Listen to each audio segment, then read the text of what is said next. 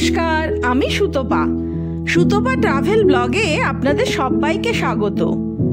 আজকে আমাদের একদিনের ঝাড়গ্রাম ভ্রমণের শুরুতে দেখে নিয়েছি কৃষ গার্ডেন, তারপর আমলাচটি ভেষজ উদ্যান। এখন চলেছি জামবনি রোড হয়ে চিল্কিগড়ের দিকে। এ পথে সোজা 22 কিলোমিটার দূরত্বে চিল্কিগড় রাজবাড়ি, আর তারপরে কনক দুর্গা মন্দির দেখে নিয়ে ঝাড়গ্রাম শহরের দিকে যাওয়ার পথে দেখছি ঘড়িতে এখন 2:30 মতো বাজে।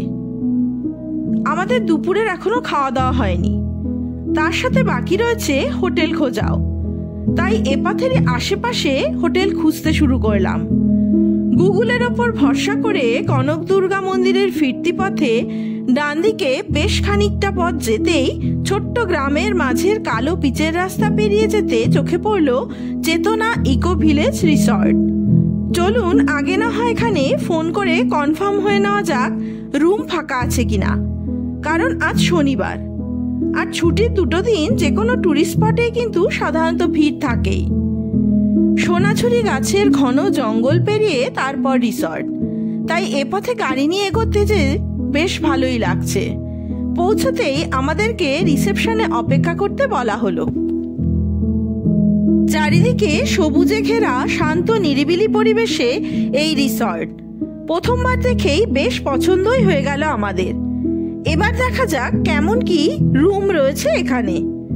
সামনে আম গাছে আবার বাবুই পাখির বাসা তার দিয়ে ঝোলানো আছে। চলুন এবারে দেখা যাক গেস্ট রুমগুলি দেখতে পিছনের পোর্শনে। বিশাল জায়গা জুড়ে এই রিসর্টের এরিয়া, তারই মাঝে 3টি আলাদা আলাদা পোর্শনে রয়েছে ওনাদের গেস্ট রুমগুলি। পিছনের পোর্শনে বেশ পরিপাটি সবুজের মাঝে রয়েছে 8 চালা এক বড় বিল্ডিং, যেখানে 7টি গেস্ট রুম রয়েছে পরপর। তবে এই মুহূর্তে 2টি রুমই ফাঁকা রয়েছে। চলুন দেখে নেওয়া যাক সে 2টি। এসি গিজারের সুবিধা সহ এই ডবল বেডরুমে ওনারা বলছেন 3 জনও থাকা যাবে, যার রুম তারিফ 2400 টাকা। চলুন একবার না হয় পাশের রুমটিও দেখে নিই। কোন ভিউ জয়? পিছনের লেকের ভিউ? ওটা সামনের দিকে, ওটা পেছনের দিকে।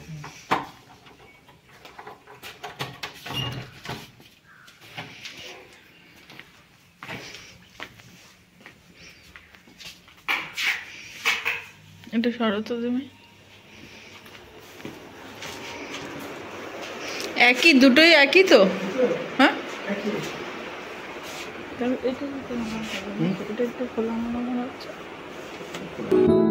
আমরা ড্রাইভার সহ 4 জন। এই ডবল বেডরুম দুটিতে 3 জন থাকা যাবে এক্সট্রা ম্যাট্রেস সহ, কিন্তু সেক্ষেত্রে ড্রাইভার সন্তুকে থাকতে হবে ড্রাইভার রুমে। তাই সিদ্ধান্ত নিলাম একটা 4 বেডরুম নেব, যেখানে পাশাপাশি 2টো ডবল বেড থাকবে, তাতে একসাথে 4 জনেই থাকতে পারবো। এই 4 বেডরুমটি আবার সামনের পোর্শনে। এখানে পাশাপাশি 2টো ডবল বেড রয়েছে। তবে এই মুহূর্তে অন্য গেস্টরা রুম চেক আউট করার পর রুম পরিষ্কার করা হয়নি, তাই অপেক্ষা করলাম পরে ভিডিও করার। আপাতত আমাদের জন্য রেডি করা হচ্ছে আরণ্যক নামের রুমটি, যার একদিনের চার্জ 3000 টাকা। পাশের রুম দুটির নাম আবার পলাশ, আরেকটি হলো মহুল, যেটি হলো দুটোই ডবল বেডরুম। ওদিকে রুমে ব্যাগপত্র রেখে চলুন এখন না হয় খাওয়া দাওয়া পর্বটা সেরে নেওয়া যাক। আরণ্যক রুমের ঠিক উল্টো দিকেই ডাইনিং হল, তবে 8 চালা এই হল ঘরটিও বেশ সুন্দর। চারিদিক কাঁচ দিয়ে ঘেরা ও একটি দেওয়াল পেন্টিং করা। চেতনা ইকো রিসর্টে যে কোনো রুম তারিফের সাথেই ব্রেকফাস্ট কিন্তু কমপ্লিমেন্টারি। এই রিসর্টে হাঁস মুরগি ঘুরে বেড়াতে দেখে শুরু হলো এখানকার স্টাফেদের সাথে তাই নিয়ে নানা গল্প। যদিও গ্রামের ঘরে ঘরে সকলেরই হাঁস মুরগি রয়েছে, তাদের মধ্যে লড়াই মোরগের গল্পটা একটু আলাদা। কি লড়াই? এক একটা 5000? হ্যাঁ, আপনার মুরগি লড়াই হয় না? ওই মুরগি দিয়ে আরো মুরগি যেতে তো, যে মুরগিকে মেরে দেবে ওই মুরগি আমার টাকা পয়সা। তারপরে সে মেরে দিলে ওই মুরগিটা বিক্রি করবে? যে মুরগিটা বুঝেছি আমি, হ্যাঁ জানি। আমার মুরগিটা যদি ওই মুরগিটাকে মেরে দেয়, মুরগিটা তো আছেই, পয়সার ব্যাপারও আছে। এরকম ছোট ছোট বাচ্চাগুলো দাম 3000। ও লড়াই মুরগি আলাদা হয়। ওই মুরগিটা পুরো ময়ূরের মতো দেখতে। ওই যে ঝুটিয়ালা সবই ওরকম। হ্যাঁ এখন সব বেশিরভাগ মুরগির ওজন ভালো হয় কমসে কম। আমি মনে আছে তোর ওই ঝিলিমিলি থেকে একটা ছবি তুলেছিলাম মুরগি, এরকম বড় মুরগি। এইখানেও তাই, এখানেও বেশিরভাগ বড় বড় মুরগি না, শুনতো দেখছিলাম না গ্রামে। তরকারির মধ্যে আছে পেঁয়াজ, তরকারির মধ্যে ঠিক আছে তুমি খাও। আমার লাগবে না, তাহলে তোমরা খাও। হ্যাঁ আমি তো খাবো, আমার তো অসুবিধা নেই। এখন দুপুর 3টে মতো বাজে, তাই আর নতুন করে কিছু অর্ডার করা গেল না। ওনাদের এই মুহূর্তে যা খাবার দাবার রেডি আছে তাই দিয়েই লাঞ্চ সারলাম। ভাত, ডাল, ঝুরি আলু ভাজা, আলু পটলের তরকারি, মাছ, চাটনি, টক দই। যদিও আমি ভেজই খেলাম। চলুন খাওয়া দাওয়া পর্ব মিটিয়ে আরেকবার না হয় ঝাড়গ্রামের বাকি সাইট সিনগুলো সেরে ফেলা যাক। প্রথমে ঝাড়গ্রাম জুলজিক্যাল পার্ক দেখে তারপর ঝাড়গ্রাম রাজবাড়ি, সাবিত্রী মন্দির, আর শেষে গাড়ির নানা সমস্যা হওয়ায় গ্যারেজে কাজ করিয়ে রিসর্টে ফিরতে ফিরতে সন্ধে 6টা বেজে গেল। ঘন অন্ধকারে রিসর্টে ঢোকার আগের সোনাঝুরি জঙ্গলের মধ্যে দিয়ে রাস্তা চলতে বেশ অন্যরকম এক অনুভূতি হচ্ছে। অরণ্য সুন্দরী ঝাড়গ্রামে ঘুরতে এসে এরকম এক অরণ্যের মাঝে রাত কাটানোর অভিজ্ঞতা কিন্তু দারুণ ব্যাপার। দেখা যাচ্ছে শুধু হাতি এসে পড়ে গাড়ির সামনে হাতি এসে পড়বে, হরিণ গাড়িতে এমনি হাতি আছে, গাড়ির হাতি হরিণ সব নাকি চলে আসছে। এইসব মনে হয়। ভোর 6টায় বাড়ি থেকে বেরিয়ে সমস্ত দিন ঝাড়গ্রামের সমস্ত স্পটগুলো দেখতে দেখতে রুমে ফিরে প্রথমেই ফ্রেশ হয়ে নিলাম। তবে রুম থেকে বাইরে বেরিয়ে দেখছি সমস্ত রিসর্ট সুন্দর আলোতে সেজে উঠেছে। বেশ লাগছে কিন্তু দেখতে। মোটামুটি সব রুমেই টুরিস্টরা রয়েছেন। 3টি আলাদা আলাদা পোর্শনে গেস্ট রুমগুলো রয়েছে। মোট 17টি রুম রয়েছে এখানে। আর প্রত্যেক রুমের নামই কিন্তু কোনো না কোনো গাছের নামে। আমরা রুমে বসেই সন্ধেবেলার স্ন্যাক্স চা পর্ব সেরেছি, কিন্তু অনেকে আবার জঙ্গলের মাঝে এক সিটিং এরিয়াতে বসে চায়ের আসরে বসেছেন। নভেম্বরের এখন 2য় সপ্তাহ। আমাদের ওখানে অল্প ঠান্ডা হলেও এখানে কিন্তু সন্ধ্যের পর বেশ হাড় কাঁপানো ঠান্ডাই অনুভব করছি। মুখ দিয়ে ধোয়া বেরোচ্ছে, কত দেখাচ্ছে তো 21 টেম্পারেচার।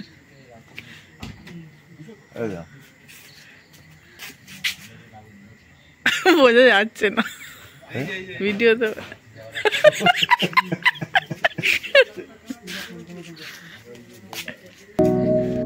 ঠান্ডায় বেশিক্ষণ আর বাইরে ঘোরাঘুরি না করে রিসেপশন রুমের ভিতরে এসে পরের দিনের বেলপাহাড়ি যাওয়ার ট্যুর প্ল্যান করতে শুরু করলাম। এই এরিয়াটি ছোট্ট হলেও পরিপাটি করে সাজানো। তবে চেতনা ইকো ভিলেজ রিসর্ট কিন্তু আদতে একটি ফার্ম হাউস। এখানে মাছ, হাঁস, মুরগি, পুকুর, চাষের জমি সবই রয়েছে 20 থেকে 22 বিঘা জমি জুড়ে। সন্ধেটা এখানকার স্টাফেদের সাথে গল্প করেই কাটিয়ে দিলাম খাটিয়ায় বসে। তবে প্রত্যেক কর্মী গ্রামের সহজ সরল মানুষজন, যারা খুবই আন্তরিক। ওদিকে দেখতে দেখতে ডিনারেরও সময় হয়ে এলো। চলুন তাহলে ডাইনিং হলের দিকেই যাওয়া যাক। মা যদিও ঘর থেকে আর বেরোলো না। দুপুরবেলাতেই বলে যাওয়া হয়েছিল রাতে আমরা কি কি খাবো। সেই মতো আমাদের ভেজ আইটেমের মধ্যে ছিল রুটি, বেগুন ভাজা, আলু পোস্ত, পনির, মিষ্টি আর সন্তুর আলাদাভাবে ডিম কষা। তবে আতিথেয়তার কোনো ত্রুটিই নেই এখানে। খাওয়া দাওয়া শেষে বাইরে বেসিনের পাশে দাঁড়িয়ে আছেন পরিষেবা দেওয়ার জন্য স্টাফেরা। হাত ধুতে এসেছি, দাঁড়িয়ে আছে। হ্যাঁ, তোমাদের আতিথেয়তা দারুণ। সকাল হতেই বেরিয়ে পড়লাম রিসর্টের পুরো প্রপার্টিটা ঘুরে দেখার জন্য। কালকে আর সেভাবে দেখা হয়নি। চলুন আপনাদেরকেও ঘুরে দেখাই। ডাইনিং হলের পিছনে বাদিকে রয়েছে নতুন তৈরি হওয়া আরেকটি লম্বা কটেজ, যেখানে ডবল আর 4 বেড সহ রয়েছে 6টি রুম। আর ডান দিকের কটেজের কয়েকটি রুম তো আমরা এখানে এসেই দেখেছি। মাঝে সোনাঝুরি গাছের মধ্যে দিয়ে চলে গেছে মাটির রাস্তা, যা প্রতিদিনই পরিষ্কার করা হয়। আর চারিদিকে গাছে ঘেরার মিডল পোর্শনে রয়েছে একটা সিটিং অ্যারেঞ্জমেন্ট, যার ওপরে খড়ের ছাউনি রয়েছে।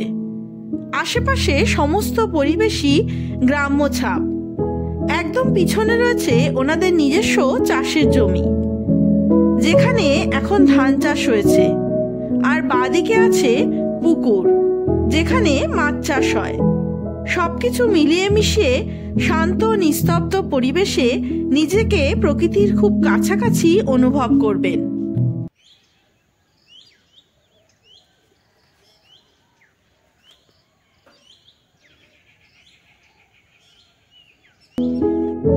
আশপাশটা ওপর থেকে দেখার জন্য আবার একটি কাঠের ওয়াচ টাওয়ারও রয়েছে।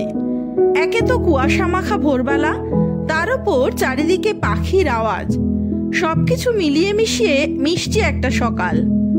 আর এই যে দেখুন, দড়িতে বাঁধা এই ছাগলের মূর্তিটিকে আমি কিন্তু রাতের বেলা সত্যি বলেই ভেবেছিলাম। সামনের দিকে 3টি গেস্ট রুম রয়েছে, তার একটিতে আপাতত আমাদের ঠিকানা। তারও সামনে রিসর্টের নিজস্ব কিচেন ও স্টাফেদের রুম। ফ্রন্ট এরিয়াতে বিশাল জায়গা জুড়ে কার পার্কিং এরিয়া। আর এটি সামনের পোর্শনের দিক, এদিকে শীতকালীন সবজি চাষ করা হয়েছে।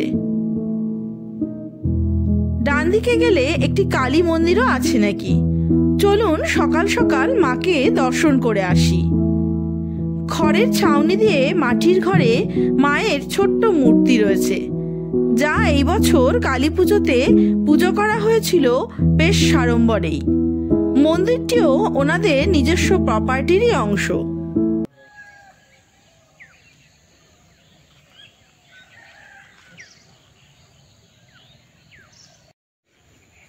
জঙ্গল পার করে গেট থেকে এসে ডান দিকে হচ্ছে ওদের রিসর্ট, আর এদিকে বাঁ দিকের রাস্তায় ছোট্ট একটা মন্দির। প্রপার্টিটা যতটা হেঁটে ততটা ঘুরে দেখা যাবে। এবার চলুন বাইরেটা ঘুরে আসি।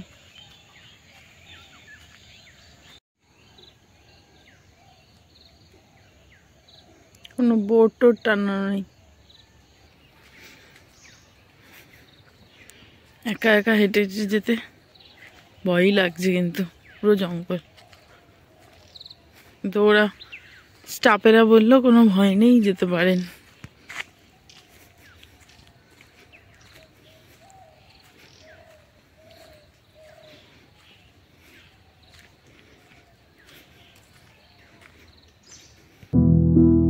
যতদূর চোখ যায় ঘন জঙ্গলই চোখে পড়ে, তারই মধ্যে দিয়ে লাল মাটির রাস্তা। আশেপাশে কোনো মানুষজনই নেই ঠিকই, তবে গ্রামের মাঝে এই রিসর্টে থাকা সকলেই এখানকার অতিথি, তাই একা একা ঘুরে বেড়ালেও নিশ্চিন্তের। এ জঙ্গলে উইয়ের ঠিবি, মাকড়সার জাল আর গাছে গাছে নানা পাখি ছাড়া কিছুই চোখে পড়বে না। তবে জঙ্গলের মাঝে রাত্রি যাপন করা এক্সপিরিয়েন্স কিন্তু অন্যরকম। ঝাড়গ্রাম স্টেশন থেকে এই রিসর্টের দূরত্ব 7 কিলোমিটার। স্টেশনে নেমে টোটোতেও আসতে পারেন এখানে। আবার চাইলে রিসর্টের গাড়িও আপনাকে পৌঁছে দেবে এখানে। মেন রাস্তা থেকে নেমে মেঠো পথেই যেতে হবে। রাস্তার ওপারে গ্রামবাসীদের চাষের জমি, আর সারি সারি খেজুর গাছের হাঁড়ি বাঁধা রয়েছে রস সংগ্রহের জন্য। ওইদিকে চাষের জমি, বাচ্চা কাচ্চা ডাকছে যাওয়ার জন্য, কিন্তু যাবো কি করে, অনেকটা নিচু হয়ে আবার ওপরে উঠে যেতে হবে।